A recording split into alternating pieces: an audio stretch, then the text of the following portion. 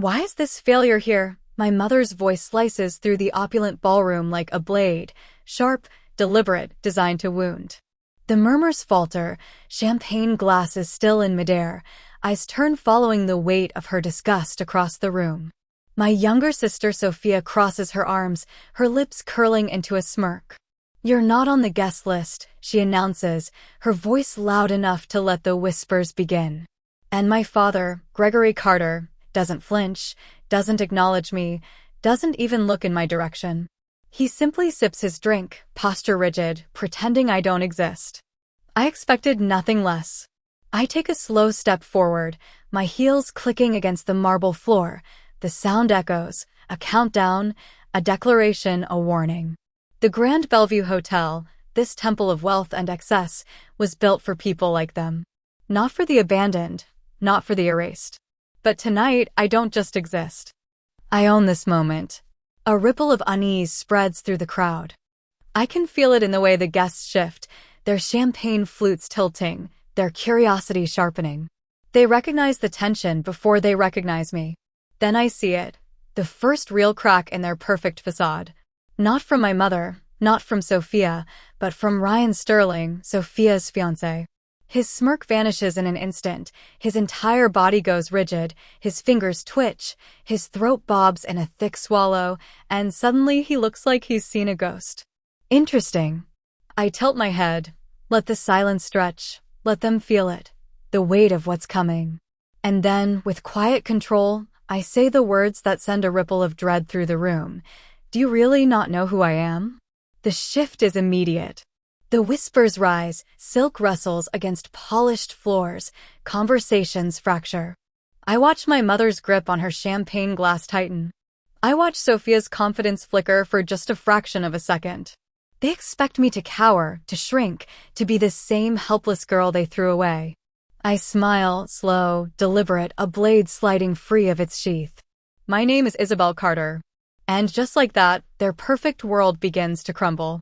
I still remember the cold, the way it crept into my bones, numbing my fingers, biting at my skin. It wasn't just the wind that night. It was the weight of rejection, the crushing realization that I was truly alone. Gregory Carter, my father, stood in the doorway of our grand estate, his arms crossed, face unreadable. Behind him, my mother Margaret didn't even glance in my direction. She sipped her wine, staring past me like I was already gone. And then there was Sophia, my younger sister, the golden child, standing just behind them, wrapped in warmth, smirking like this was nothing more than a minor inconvenience. "You're a burden," my mother had said, her voice cool, detached. "A waste of time, a waste of money." I wanted to scream, to fight, to plead, but I already knew how this would end. "No buts, Isabel," my father cut in, his voice as cold as the icy night air. "You're an adult. Figure it out." And then the door shut. Just like that, I was erased. I remember staring at that door, waiting for it to open, for someone, anyone, to come after me. No one did. The wind howled through the empty streets as I clutched my coat tighter around me, my entire world reduced to the $17.28 in my pocket and the clothes on my back.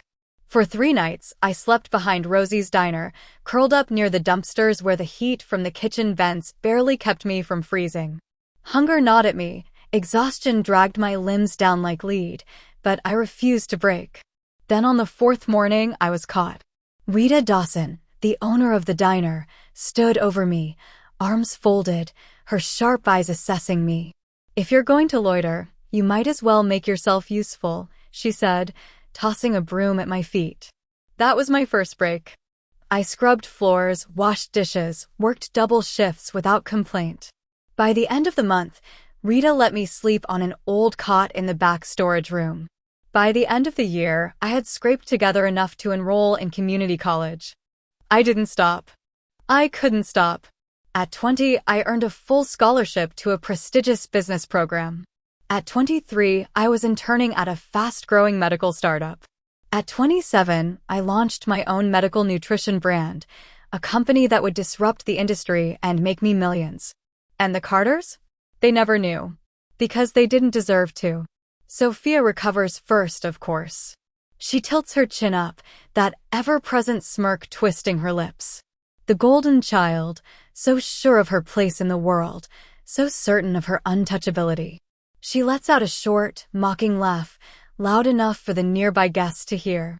God, Isabel, you just had to show up and embarrass yourself, didn't you? She sneers, her voice dripping with condescension. Still desperate for attention, I see. You couldn't even make it through college, and now you're trying to what? Crash my wedding and make a scene? I smile, slow and deliberate. Oh, I muse, tilting my head. Is that what they told you? For the first time, I see the faintest flicker of uncertainty in her gaze. I reach into my clutch and pull out a neatly folded sheet of paper. I take my time unfolding it, letting the tension coil tight, letting the weight of the moment settle over her. Then I hold it up, just enough for Ryan, standing stiffly beside her, to see. His eyes move across the page, and his face drains of color. What is this? His voice is quiet, but there's something dangerous underneath. Sophia shifts beside him, her fingers clenching. Oh please, she's making things up. It's your academic record, I say smoothly. The one that proves you never finished medical school. A murmur ripples through the nearby guests. Ryan doesn't move. He just keeps staring at the document as if he can't quite believe what he's reading, his jaw tightens, his fingers flexing at his sides. He knows it's real. Sophia's eyes dart between us, panic creeping into her expression. Then she laughs, not a nervous laugh, no, a loud, performative one. She throws her head back as if this is the funniest thing she's ever heard. This is pathetic, she scoffs, shaking her head. You show up here with some fake paper and think you can ruin my wedding? Honestly, Isabel, I should be flattered. I mean, it's obvious you're just jealous. Look at me, look at my life. I have everything you don't, a successful fiancé, a loving family, a future you could only dream of. I don't react. Instead, I step closer, my voice calm, measured. If I'm so irrelevant, I murmur, why do you look so nervous? Her smirk flickers, just for a fraction of a second, but I see it. Ryan sees it too. His grip tightens around the document. Sophia, he says slowly, his voice cold. Tell me this isn't true. She scoffs again, but there's an edge to it now, a brittle quality that wasn't there before. Oh my God, Ryan, you're actually believing her? You know how she is. She twists things. She lies just to make herself feel important. Lies. I cut in smoothly. Interesting. Because I have more. The tension in the room shifts, sharp and electric. Margaret steps forward now, ever the strategist, ever the cold, calculating matriarch. Enough of this nonsense, she says, voice clipped. I won't let you ruin your sister's wedding with these absurd accusations. I turn to her, meeting her gaze head-on. Oh, Margaret, I say, smiling just slightly. You should know better than anyone that I don't make accusations. I present facts. And then I drop the next bombshell. Why don't we talk about the financial fraud case against the Carter family clinic? Dead silence. Gregory Carter, my father, the man who stood in that doorway all those years ago and threw me into the cold, stiffens. His jaw twitches. I reach into my clutch again, this time pulling out a sleek black USB drive. I toy with it between my fingers, watching as realization dawns in his eyes. I have bank statements, I continue, voice light, casual. Emails, legal documents, proof that your little family-run clinic has been committing insurance fraud for years. Sophia inhales sharply. Margaret's fingers tighten around the stem of her champagne flute. Gregory, she pales. The murmur among the guests grows louder now, whispers turning into quiet gasps. That's ridiculous, Gregory says finally, his voice low, controlled. You have no idea what you're talking about. I take a slow step closer, lowering my voice just enough for only him to hear. You didn't think anyone would find out, did you? He flinches. For the first time in my life, Gregory Carter looks afraid. Dr. Manning steps forward, his face red with fury, his fingers clenched into fists at his sides. The once composed and distinguished hospital director now looks like a man who just realized he's been made a fool of. His voice cuts through the stunned silence like a blade. You told me she had her degree, he says, his sharp gaze locked on Gregory. You vouched for her, you guaranteed her credentials were legitimate. Margaret, ever the master of deception, straightens her shoulders, forcing a smile that doesn't quite reach her eyes. Dr. Manning, this is a misunderstanding. Whatever my daughter did or didn't do dash. She never graduated, I say, voice cool, steady. She never even came close. Ryan hasn't moved. He's still staring at the document in his hands, his knuckles white, his breathing uneven. Finally, he exhales, slow and measured, and turns to Sophia. His voice is eerily calm. Tell me this isn't true. Sophia doesn't answer. Ryan's face hardens, his fingers curl around the engagement ring on his hand. I defended you, he mutters, his voice barely above a whisper. I trusted you, and the whole time you were just dash. He cuts himself off with a sharp, humorless laugh. Then, without another word, he yanks the ring off his finger and hurls it at her feet. The metallic clink against the marble floor is deafening. Sophia makes a desperate sound, reaching for his arm, but Ryan steps back, disgust twisting his features. Don't, he snaps, his voice filled with raw betrayal. Margaret's eyes widen, and she lunges forward, her voice dropping into a pleading tone, one laced with the kind of manipulation she's perfected over the years. Ryan, sweetheart, let's be reasonable. You and Sophia are meant to be together. A few mistakes don't change that. Ryan shakes his head, his expression filled with something dangerously close to regret. You don't get it, do you? It's not just one mistake. It's everything. Every word, every lie, every fraud. He turns to look at me then, his gaze filled with something unreadable. She was right. Margaret blinks, momentarily speechless, and for the first time, true desperation flickers in her eyes. But I'm not done yet. I exhale, slow and deliberate, letting the weight of the moment settle before I drop the final bombshell. You've been using my identity for tax fraud for the past decade. The room erupts. Margaret gasps.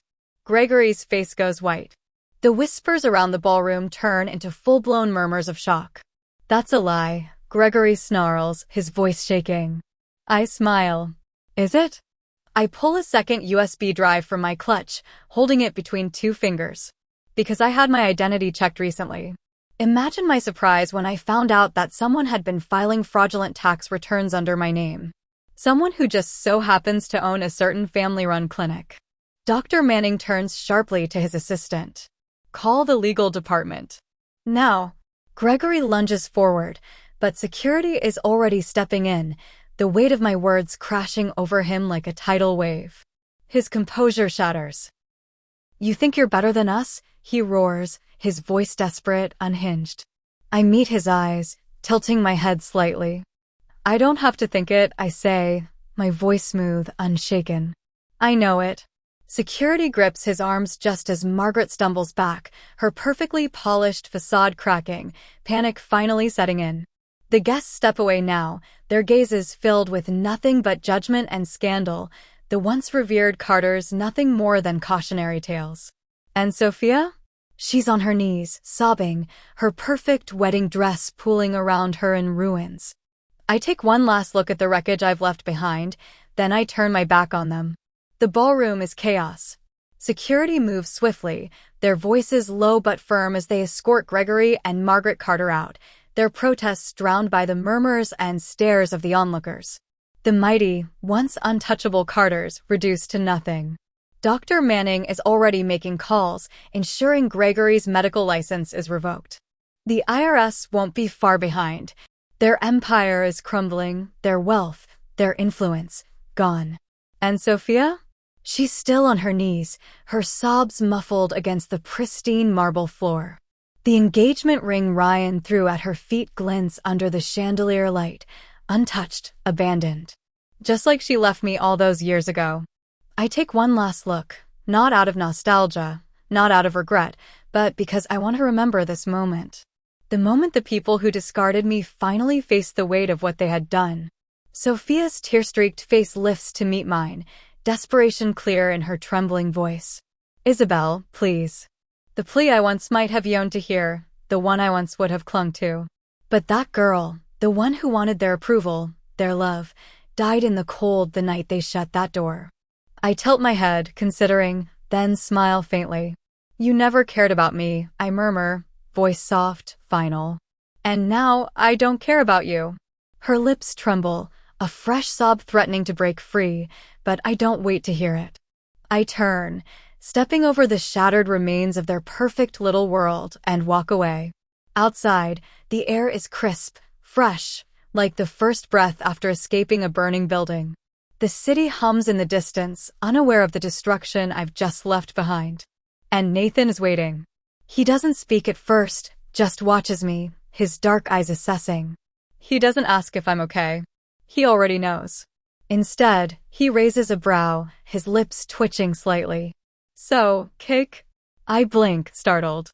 Then laughter spills out of me, a real, unrestrained laugh, the kind I haven't felt in years. Yes, I say, still grinning. Let's get cake. Because revenge wasn't the point. Freedom was. And now I am finally completely free.